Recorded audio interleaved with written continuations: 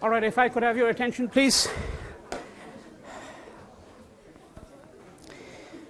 So what I'm going to do is continue with my discussion of the Buddha and Buddhism and move on to a discussion of Mahavir and the beginning of what is called the Jain religion.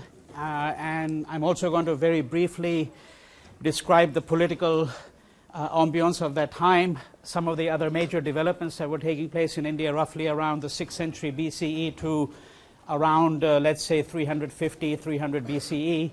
And then, of course, we're going to eventually move into the invasion of India as it's described conventionally in historical books, the invasion by Alexander the Great and the Indian response to it and what kind of sources we have for it. And I'm going to conclude probably, it depends on how far we get, with a description by a modern Indian novelist of the encounter between Alexander and some Indians that is reported to have taken place, but you'll hear about that a bit later on. So let me refresh your memory about what we had been talking about in my previous lecture. I'd been talking to you about Buddhism, right? And remember I told you that the first concrete dates that we get in Indian history are for the life of the Buddha. However, these dates are contested. Don't assume that these dates are not contested. So, for example, the dates that I gave you, 563 BCE roughly to 483, in fact, actually the latter date here, which is a date that he's supposed to have died, according to some sources, that's the date that he was actually born. And so some people date him from 483 BCE to roughly around 411 or 400 BCE, right? But so, we still have some disagreement depending on the sources that we're using and which traditions. The Sri Lankan tradition, for example, is quite different on the dating of the Buddha. So these dates are contested, but nonetheless, the point is that we have a fairly good idea of when the Buddha was in fact active. And in my concluding remarks to you on Friday, what I had pointed out was in briefly what the teachings of the Buddha amount to, right? What is a cause of suffering, what is the Four Noble Truths, the Eightfold Path, and so on. Now, let me try to explain in a different language what is the real significance of the Buddha and of his contemporary Mahavir. The Mahavir's dates are also contested, but generally the conventional rendering is 599 to 527 BCE, right? So a near contemporary of the Buddha could have been a complete contemporary depending on which dates we ascribe to the Buddha. And of course it's remarkable that two persons who together signify what is called the Shramanic, that's the word over there, Shramana or Shramanic religions, which is the non-Vedic religions, usually rendered into English as the heterodox religions as opposed to the orthodox religions, right? It's remarkable that these two individuals should have come about in India roughly around the same period of time. And what are the characteristics of the Shramanic faiths? Recall something of this I had mentioned to you in my previous lecture, but I want to add a few things. One of them is a rejection of the caste system, right? So this is one feature of the teachings of the Buddha and the Mahavir, rejection of the caste system. The rejection of the Vedas as revealed texts, right? And recall, of course, that we have already been moving in that direction even before we came to the Buddha and Mahavir, because that's what the Upanishads did, right? That the Upanishads, in fact, took us from the idea of the Vedas, where in the Vedas what is important is that if you perform certain rituals or sacrifices in the correct fashion, using the authority of the Brahmins, you will accrue good merit, right? But in a way, it exculpates the individual from moral responsibility. That is that if you simply perform the sacrifices according to the prescribed fashion, well, some good consequences will accrue to you, right? But what the Upanishads are trying to do, and the Buddha is going to take this teaching much further, is to say that, well, what is the notion of moral responsibility? What is the notion of individual responsibility, right? So in effect, what the Upanishads have done, and the Buddha and Mahavir are going to take this teaching much further, is to, in a sense, introduce a democratic element, if I may put it this way. That is that responsibility lies with the individual, right? And simply performing the rituals in the prescribed way is not going to yield good dividends, right? Because you could perform the rituals in the right way and still be a murderer, obviously, right? So then obviously there is no moral responsibility at all, right? There's no moral culpability. So what we have in the Shramanic teachings here then is the idea that you can supersede the Brahmins as priests, right? Reject the Vedas and the notion that they are revealed texts, rejection of the caste system, denial of the efficacy of sacrifices and rituals for purification, and the idea that you affirm the highest goal. And now you have to take your mind back to the four ends of life. And the fourth end of life, which is the highest, is moksha, right? Spiritual emancipation, right? That this moksha can be attained through certain kinds of practices, including the practice of ahimsa. And ahimsa is the idea of non-violence, right? But you still need certain forms of intellectual discrimination and so on. Let me give you an illustration of how the Buddha is thinking. This parable is not, by the way, from the lifetime of Buddha. This parable is much later, and it's a parable that is greatly beloved in Zen Buddhism today. You'll find that it's used all the time. All right? And the parable is the following. There are two monks. And incidentally, how did we get to monks? Because one of the things that Buddhism is going to do is it's going to introduce the idea of a monastic order. You have not had that in India up till this point in time. Right? So he introduces the idea of a monastic order. So male devotees who decide to renounce the worldly life, so forth and so on, they become monks, and women, of course, become nuns, and there's a separation between the two, right? Okay? Now, so one of the things that's going to happen, not in the Buddha's lifetime, is going to happen much later on, is the development of Buddhist monastic orders, which you have not really had in Hinduism, and you're not going to have in Hinduism until much, much later on. All right? Now, so in this parable, you've got two monks who habitually take a journey from their village to another point in time, to another place, right? And so they're going along, and this journey always brings them to the banks of a river, and they know how to navigate the river. They know when it's high tide, low tide, they when to cross it, where to cross it from, okay?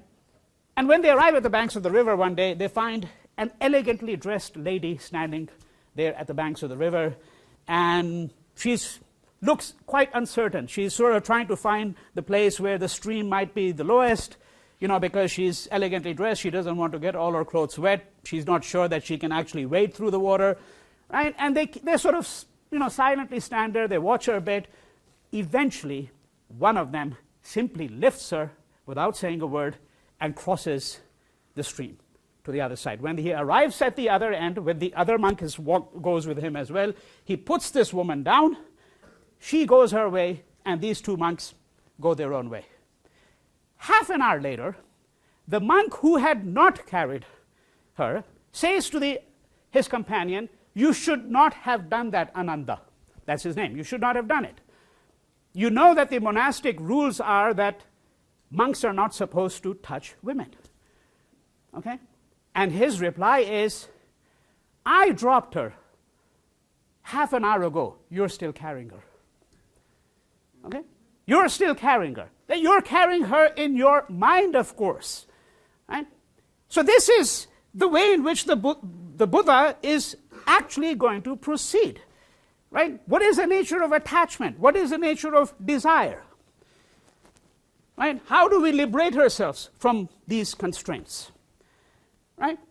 And from his standpoint, and the standpoint of Mahavir, enlightened as the teachings of the Upanishads are, because they have taken us from the idea of rituals and sacrifices and the correct performance of these sacrifices, which is what you find in the Vedas, right? Enlightened as are the teachings of the Upanishads, because of their emphasis on discrimination, okay, knowledge. Nonetheless, they are still, in fact, rather difficult. They are rather abstruse, these teachings. They're esoteric. The idea that the Atman, the individual soul, and the Brahman, the universal soul, are one and the same, right? Well, from the standpoint of the Buddha, this is still a relatively esoteric teaching. And this esoteric teaching does not, in fact, actually tell you about what is the nature of right conduct, what is the nature of right effort, nature of right aspirations, so forth and so on. Right? So one of the things that you're going to find is that the use of stories and parables is going to become actually quite common, especially in Buddhism. All right? Now, the Buddha's first 5 disciples, who incidentally happened to be the 5 ascetics with whom he had performed all these austerities for many years, right? Hanging upside down, starving yourself, right? The whole series of these austerities which are mentioned in the texts. Now, these 5 ascetics with whom he does them, eventually when he gains enlightenment, right? And there are 4 places, incidentally, that are really pivotal in Buddhist iconography and in the Buddhist understanding of what are the great sites. So these 4 sites are Bodh Gaya, which is where he's going to gain enlightenment, right? And then there's going to be Lumbini, which I mentioned to you, the place where he's born, right? This is also, by the way, disputed, not that he's born, of course, but where he's born, right? And then you have a place called Sarnath, which is where he delivers his first sermon. It's sometimes called the Deer Sermon, because according to Osamu Tezuka, the Japanese animator whose name I mentioned to you in his 8-volume, manga biography of the Buddha, right? According to Tezuka's interpretation, it's called the Deer Sermon because when the Buddha first started preaching, the deer listened to him attentively, but human beings didn't. And one of the reasons human beings didn't is because humans are full of their ego. They're full of themselves, right? But the deer listened to him attentively. Right? This is one interpretation. It's called, but there's a simpler interpretation, merely that there were deer in that park, which is why it's called, the Deer Sermon. But nonetheless, Sarnath is where he delivers his first sermon, called the Deer Sermon. And then there's a place called Kushinagar, all of them in relative proximity to each other, 100 kilometers or so from each other, roughly. Kushinagar, which is where he gains the final nirvana, where he goes into parinirvana, which is, liberation from this life altogether, right? Now, the Buddha's is going to slowly spread his teachings. He's going to move eastward. He's going to continue to travel. He's an itinerant philosopher. That's what he really is. Okay, he's an itinerant philosopher because he lives a very long life. He lives until he's 80 years old, regardless of which particular tradition you look at and which particular dates you look at. Roughly, he's estimated to have lived until he was about 80 years old. And he acquires a gathering. And one of the things that he emphasizes is the idea of the Sangha. The Sangha means the community, and the first community is a community of the 5 disciples that he's going to acquire. So the key words, among the many key words, are dharma, which is a word that you're familiar with, right? So dharma is law, morality, conduct, right? One should pay emphasis on dharma. And then there's the idea of the Sangha.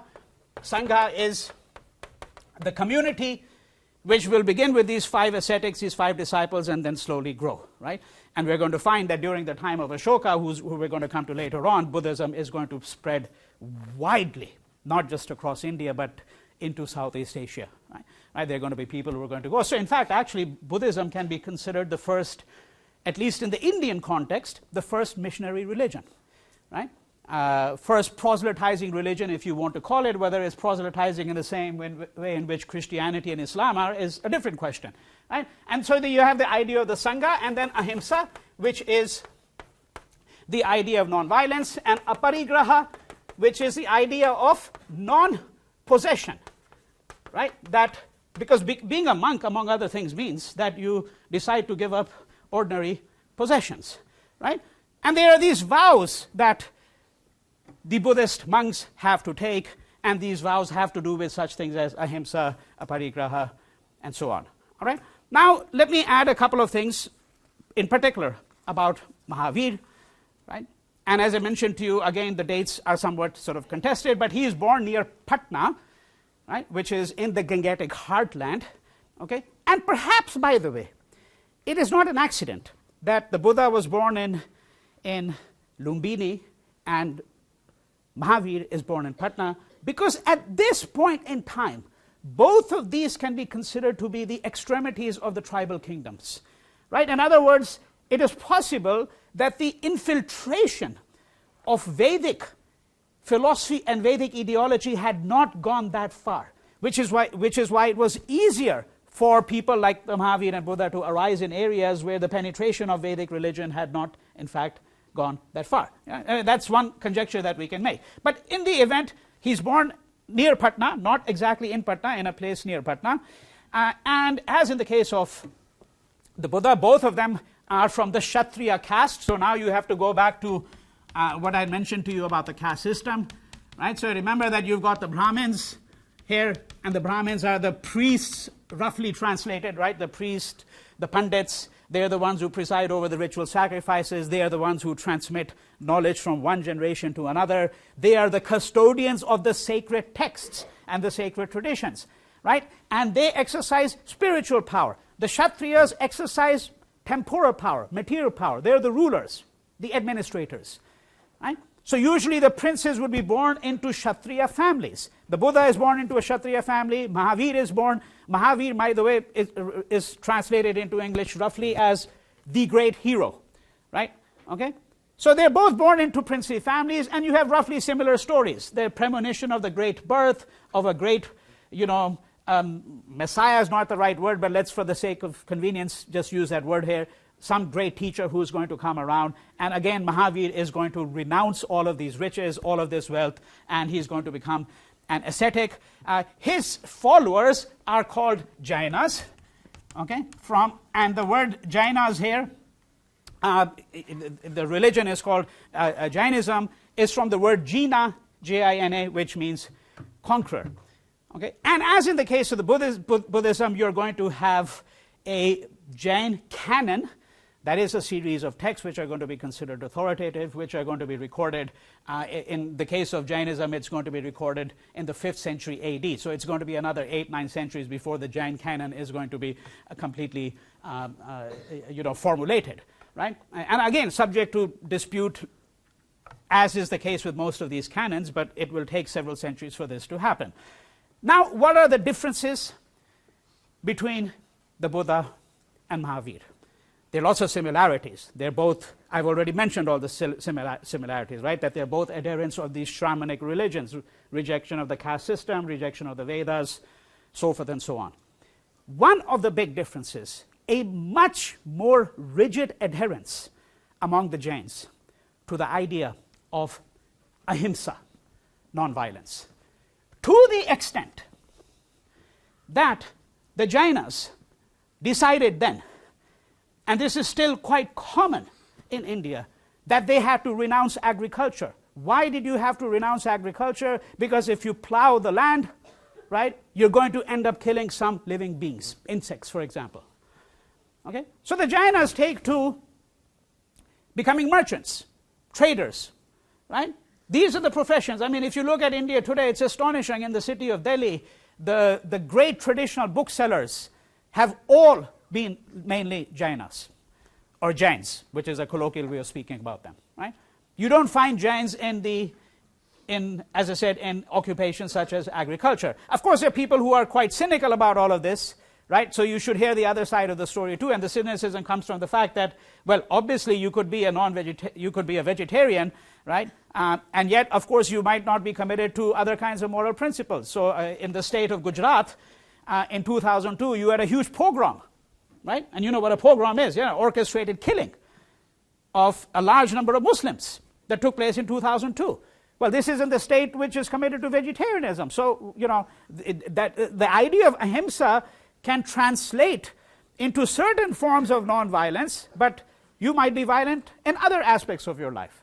Right? So we shouldn't make any inferences about their moral character simply by virtue of the fact, right, that they are dedicated to the idea of ahimsa. It is important, however, because it helps us understand why the Jains moved into certain kinds of professions and not others.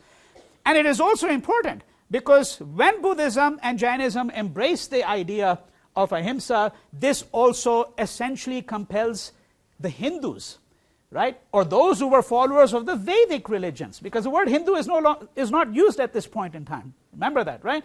So I'm only using it again as a shorthand, but those who were followers of the Vedic religion, they will slowly start embracing the idea of vegetarianism as well. One of the reasons they'll do so is because they're going to lose a lot of their adherents, right, to Buddhism and Jainism if they don't take that up.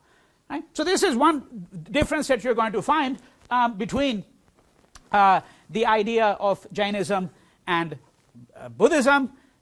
You're going to find again monastic orders as well. I mean, there's a traditional distinction made between two kinds of, Jain, particularly Jain monks, the Digambras, who are called the space-clad, but they basically go about without any clothes, and they're extremely rigid in their observance of ahimsa. So when they walk, they usually have a broom with which they very gently sweep the street to make sure that they don't step over any insect or ant before they take that step.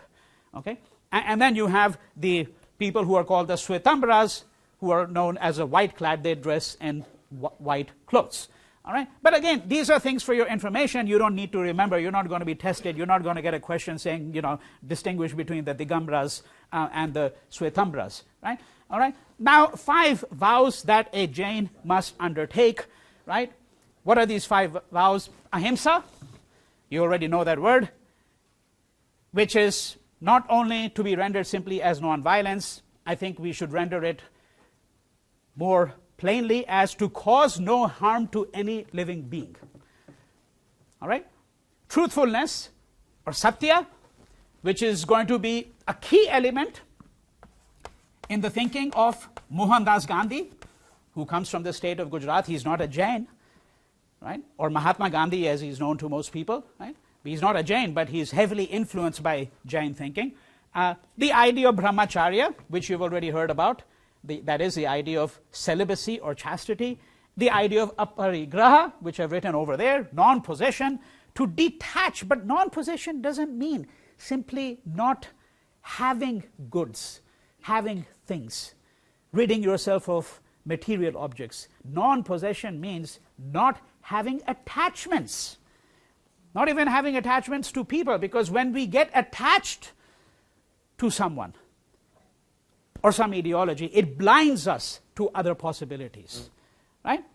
And finally, you have the idea of asteya, which is non-stealing, okay? But it effectively means not to be in possession of anything which is not rightfully ours, right? And that doesn't simply mean not stealing something, but that if you're in possession of certain amounts of wealth which you really should not be in possession of, right? Or things that you don't really need, but you have them, that could be, by an act of interpretation, considered to be an injunction, okay, subject to the idea of asteya, that is, non-stealing, not being in possession of things that are not really needed.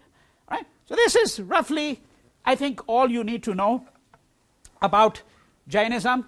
But I want to conclude this portion of it by telling you again another story now, because as I've already suggested to you, these stories and parables, in fact, there's going to be a whole series of texts called the Jataka tales, which are going to be composed a little bit before the time of the Buddha, perhaps, but somewhere around that time. Again, the dating is not certain. And one of the things that the Jataka tales, it runs into several volumes, by the way, is to essentially convey the teachings of the Shramanic religions, right, through parables and stories and so on. Now, this story that I have, this has variants everywhere. And I want you to take note of this because, somewhere during the course of the 5th or 6th week, I forget exactly when, you're going to be reading short excerpts from folk tales, right? And one of the interesting things about folk tales is that you can find the same story in many different cultures. And then, of course, there's a question, where did the story first originate? And that's what folklore specialists do. They try to determine where a story originated and then how did it travel.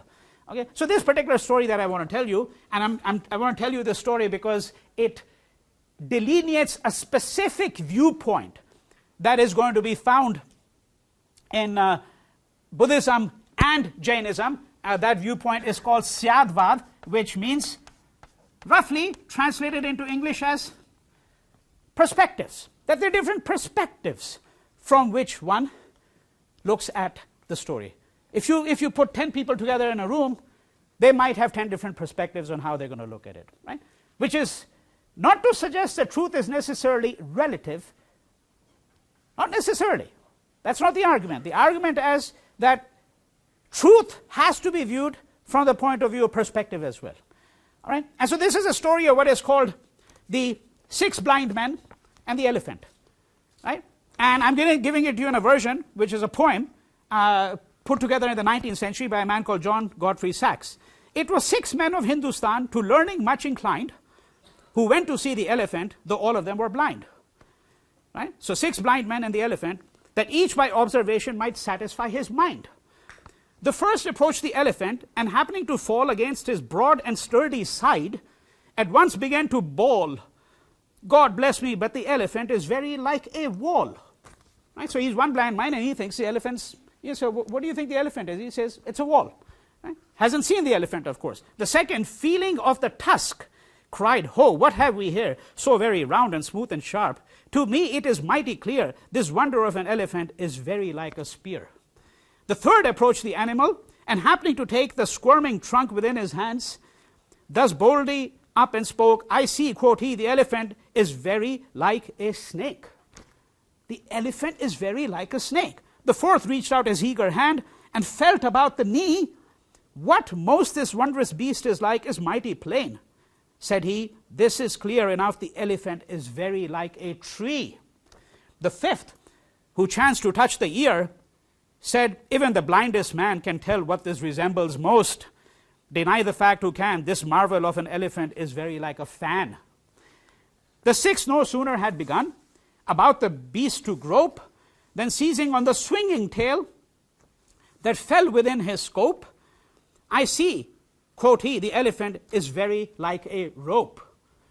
Right? Extraordinary difference here, right? And then this man concludes here with the following, okay? And so these men of Hindustan disputed loud and long, each in his own opinion exceeding stiff and strong. So each of them is absolutely convinced, right, that they have the right idea of what an elephant is like, though each was partly in the right and all were in the wrong. Right? Okay, and this story is to be found, as I said, in the early Jaina versions. You find it in Buddhism, and that's why I'm telling you the story, because one of the things that's going to be introduced here is this idea of the perspective. Right? How do we actually determine, particularly when there happen to be competing views, what is the nature of truth? Right? So we are now here essentially in the 6th, 5th century BCE, right? Depending on exactly which dates you take, but those are the dates that we're talking about.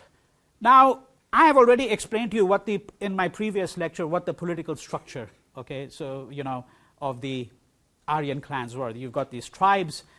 What you're going to find over a period of time is there's going to be an empire that is going to be consolidated, right, in a place near Patna. Patna is in fact actually part of that area. That area is called Magadha, okay, and this is going to start to happen roughly around, let's give an approximate date, around 400 BCE, okay, that you have all of these Aryan, tribes or clans, if you want to call them. Some of them are at war with each other, but power is eventually going to concentrate in the Gangetic Plains. It's called the Gangetic Plains because the river Ganga, or Ganges in the anglicized form, flows through the through these plains, right? And the plains is named after the river. Now, so power is going to start to cluster in this area called Magadha, and there is a city there. If you look at the blackboard on the right there, Patliputra, which is its ancient name. Its modern name is Patna. For those of you who've been to India and you've been to Bihar, because Patna is in the state of Bihar, I mean, it's probably the city with one of the most notorious reputations in India today. Unwieldy, dirty, nothing appears to get done there, right? But this was the site of the greatest empire to emerge in ancient India, right? A place, and that place used to be known as Patliputra before, all right? So this is where power is slowly going to start to gel together, okay? Now, before we move to the invasion of Alexander the Great, when he comes into India, I want to talk about a few other developments that are taking place. One of them is, what is the nature of Indian learning in other realms?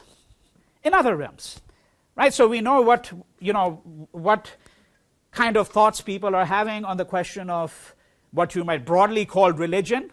Keep in mind all the caveats that I've said about using that word religion, but things having to do with morality, conduct, and so on, right?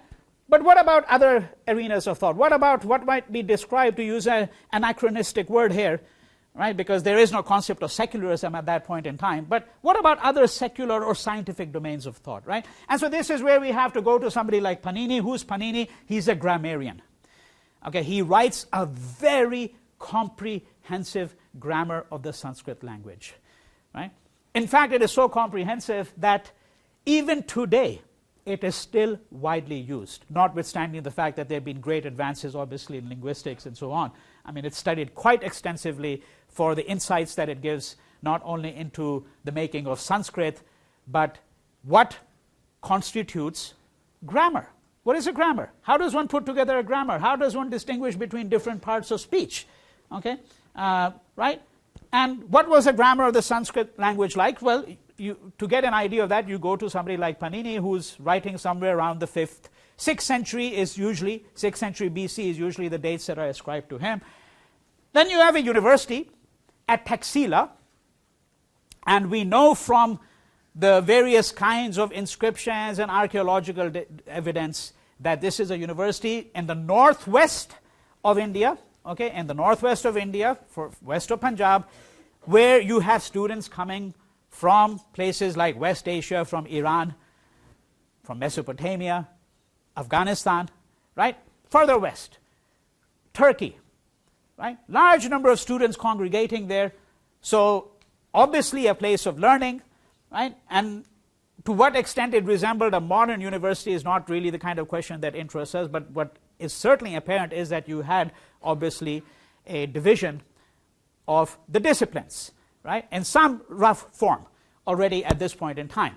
Mathematics is the other great, mathematics and astronomy, right? But it would be presumptuous of me to really speak about astronomy because I know absolutely nothing about astronomy whatsoever, right? But in the case of, and you can read it up, you know, if you read Nehru's Discovery of India, or if you read some other sources, they'll give you an idea what are some of the kinds of developments that are taking place in the world of astronomy at this point in time, what kind of calculations astronomers in India were capable of. We know that the first manuals on surgery, for example, are going to be written somewhere around this period of time, 5th century, 4th century BCE, right? But mathematics is the area where it's possible to say a few things, because one of the things, of course, that's going to happen, excuse me, one of the things that's going to happen is the development of the idea of zero, which comes from India and obviously makes possible mathematics as we know it today, right? The other is the use of letters of the alphabet to designate unknown quantities as in algebra, right? So x, y, z. You know, 20x times 20x equals, let's say, 1600. So what is x? Well, the use of x here, right, or the use of y to denote these unknown quantities, this is going to be another major development in Indian mathematics, right? The decimal system, right? All of this, right? So you've got significant developments going on at this point in time. There is some controversy about where chess was invented. I mean, some people claim it was invented in China. Traditionally, it used to be understood that chess was invented in India, but as I said, this is also, you know, not entirely certain. But if you look at chess, for those of you interested in the game of chess, it is certainly very clear that the kinds of pieces that you have, so, you know, if you have the rook or the elephant, right, and you have the bishop, you've got, you know, the knight, the horse, that these pieces, in fact, actually come from the use of the Indian army. The armies at that point in time, war elephants, for example, were widely in use at this point in time. And when Alexander comes to India, we're going to find that, you know, in the battles that he's going to have, that the use of war elephants is actually quite common, right? So what we're saying is that there is some relationship between the composition of an army, right, and the kinds of pieces that are going to be then used in the game of chess. Okay, so these are roughly, again, very broadly, some of the developments that are taking place in India at this point in time. Now, in 326 BCE, Alexander is going to invade India. You recall my reservations about the word invasion before, because invasion is usually a dirty word. But here we may not have any choice. I think it would be difficult to speak about Alexander's migration to India. Okay, we can speak about the Aryan migrations, but I think Alexander's migration is a bit of a stretch, to put it mildly, right? So he does come into India. You can read about his campaigns in Arrian, who's a historian writing sometime later on. You can read about him in Plutarch, right? Okay. One interesting thing to keep in mind, there are no Indian sources at all. None whatsoever. The first sources are going to come around much later on. They're actually going to be fictional sources, right? You have no contemporary sources or even near contemporary sources from India. An indication of something that I pointed to you before, that is the notorious indifference to history that you find among the early Indians, carrying on for a very long period of time, right? But nonetheless, we are able to say a few things about Alexander's invasion. And the story is important, partly because it sets up this classic opposition between, you know, an armed conqueror and particularly one version of this story which I'm interested in. And you can read about this on my website, Manas, where I've written up an article called Alexander and the Gymnosophists. Okay? This is a story that began to circulate extremely widely over the centuries. So when Alexander comes to India, he's going to have an encounter with these people. And who are the Gymnosophists? These are, shall we just say, fakirs or sadhus. So sages, Indian sages, you know, very scantily dressed. I mean, the hot weather of India usually, I mean, remember that even Gandhi would go around with very little on him, right? Okay? And so he's going to have his encounter with the Gymnosophists. I'll get to that in a couple of moments. But this story is important because it sets up a classic opposition. It sets up an opposition between an armed conqueror and people without arms. It sets up an opposition, and these might be all stereotypical oppositions, but nonetheless it's important to keep them in mind, between the materialist West confronting a group of people who are representatives of what we might describe as spiritual India.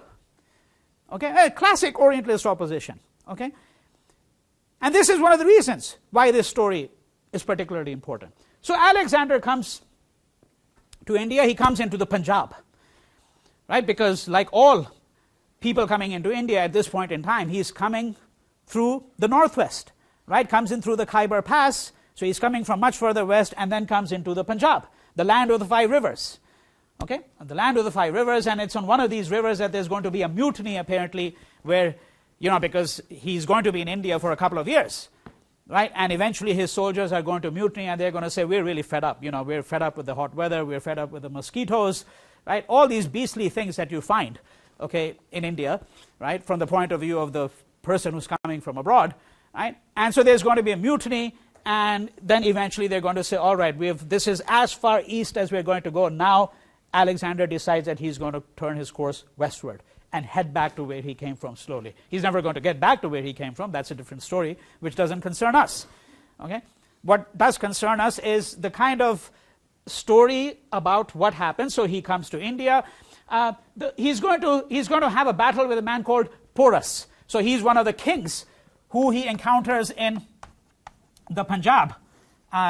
And when I was growing up in India, we would always read the story of Alexander and Porus, because Alexander is going to defeat Porus, but he is absolutely, you know, awestruck by the magnanimity of Porus, by the generosity, by his character. So according to the story that we read, certainly in school back in India, Alexander says that, well, I've defeated you, but I'm going to let you rule your own kingdom because you're such a magnanimous king, right, of such great character, so forth and so on. Right? What is certainly true, what is certainly the case, is that Alexander will be there, as I said, for a couple of years, and when he's going to leave, he's going to actually leave behind these garrisons, military garrisons or military fortifications, which are going to be overrun eventually by a man called Chandragupta Maurya. Okay? But I'm interested in this idea, really, of this encounter between the West and the East. Because think of it this way. we don't really know much about Alexander's invasion. As I said, there are these sources, there's Plutarch, there's Arrian, a couple of other sources from the West. Okay? But if you put all of it together, it still doesn't amount to a great deal. Okay? It doesn't really amount to a great deal. But what is important is this is the first encounter between the West and the East in India.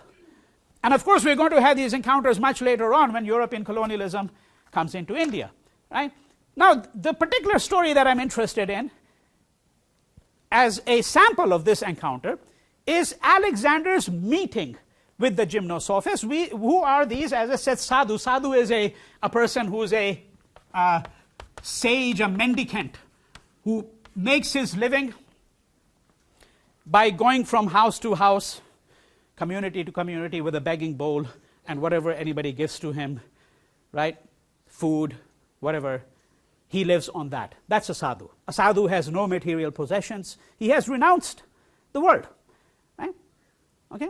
So he has an encounter with these sadhus, and he's particularly keen on having this encounter. That's what Arrian tells us. That's what Plutarch tells us, because he has heard of the wise men of the East. Alexander has heard of these wise men of the East. So he says, well, I want to go and actually talk to these people. I want to find out what is their conception of knowledge, what is their conception of truth. Why is it that they dress the way they do, or not dress at all, effectively, right? And so what I'm going to read to you now is an interpretation of what happened here. Okay, it's a fantastic interpretation by an Indian novelist called Vikram Chandra from a book called Red Earth and Pouring Rain, which was published about 15 years ago. Now, keep in mind, by the way, that Alexander needs translators. How do they actually converse? Sometimes we forget these things. How do they actually converse with each other? Right? Because obviously Alexander spoke one language or some set of languages that the sadhus would not have known, and vice versa. So you needed somebody who was an interlocutor who knew the languages of both parties. Right? And so this conversation is actually taking place now between the translator and the sadhu. Okay? Translator. He wants to know, he meaning Alexander, also referred to, by the way, as Sikandar in Indian sources, okay? He wants to know why you're naked, sadhu. Ask him why he's wearing clothes. Ask him why he's wearing clothes. Interesting reversal here, right? Translator, he says he's asking the questions here, because after all, he is Alexander, the world conqueror, right? Sadhu, questions give birth only to other questions. Right? This is the famed Hindu mystification now coming in. Okay? This is how he's doing it, right? Translator, he says people who get funny with him get executed. Sadhu, why? Translator, because he's the king of kings. And he wants you to stop asking questions. Sadhu, king of kings? Translator, he came all the way from a place called Greece, killing other kings. So he's the king of kings, see? Sadhu, fool of fools. Master clown of clowns, Maha-idiot of idiots. Maha means great, as in Mahabharata. Maha-idiot of idiots, translator. You want me to tell him that? Sadhu, I said it, didn't I? Translator, you're crazier than he is. He says he'll kill you right here, right now. Sadhu, I'll have to die someday. Translator, listen, don't do this. He's demented, he doesn't realize who you are. He thinks naked people are poor savages. He'll really kill you. Sadhu, I'll really have to die someday. Translator, he wants to know why you aren't scared of dying. Sadhu, that'd be silly. Translator, he says that's not a satisfactory answer. Sadhu, what sort of answer would you like? Translator, he says you should tell him exactly what mystic path you followed to reach this sublime state of indifference. You see this idea of the spiritual richness of the East, this land suffused in spirituality. That's why this encounter is critical. How did this idea of India develop? And we're not saying, what really happened, who's right, who's wrong. I'm not interested in that. I'm interested in how representations get established. Certain ideas become dominant in some ways, right? Okay? He says you should tell him, translator, exactly what mystic path you follow to reach this sublime state of indifference. And he wishes you would stop asking him questions. Really, this is incredible. I think you've got him hooked. Sadhu, mystic path. Translator, mystic path, literal translation. Sadhu. When I feel like shitting, I shit. When I feel like eating, I eat. Translator. I don't think I've ever seen him like this. He's referring to Alexander, of course, right? He doesn't know whether to be upset or horribly fascinated. You're very good at this. He says that shitting when you feel like shitting is irresponsible. You should have some discipline in your life instead of lounging about naked under a big tree. He says people who shit when they feel like shitting never do anything with their lives. Sadhu, ask him how often he shits. Translator, you want to ask Sikandar of Macedon, right, how often he shits in public? Sadhu, I said it, didn't I?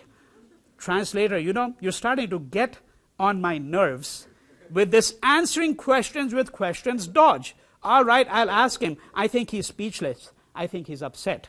Sadhu, oh, I thought he looked constipated the moment I saw him. Translator, what? You want me to tell him that? Sadhu, why not? Tell him that's probably why he's impelled to invade other nations and massacre tribes and all of that. Any student of yoga. Now, you haven't encountered this idea yet, the idea of yoga. We're going to talk about it later on. We'll bring it in. Right? Any student of yoga will tell you that mistreating the body leads to mental disorder. Yogic science has shown that people who hold it in are inescapably driven to behavior like running about, slashing at people, besieging towns, and frivolous acts of bravery. Translator, now you've done it. He has those fits when he gets angry. See, he's rolling about on the ground. Last time he did that, he put a city of 80,000 to the torch. No survivors. Okay, and so on and so forth. I'm not going to read the rest of it. I think you get a pretty good idea, right? Now, this is, as I said, what's interesting about it. That here you have an encounter between the East and the West, an encounter between an armed conqueror and people who are obviously sadhus, right? Berefit of arms, but they have the strength of mental agility, right? So it's a classic opposition that is being set up over here, right, between these two. And I think we're going to conclude over here. I'm not able to get at this point to Ashoka, but I'm going to move to Ashoka and the Mauryan Empire on Wednesday. All right? And my office hours today have been revised. I have to go to a seminar, so they're from 3:30 to 5 instead of 2 to 4. All right?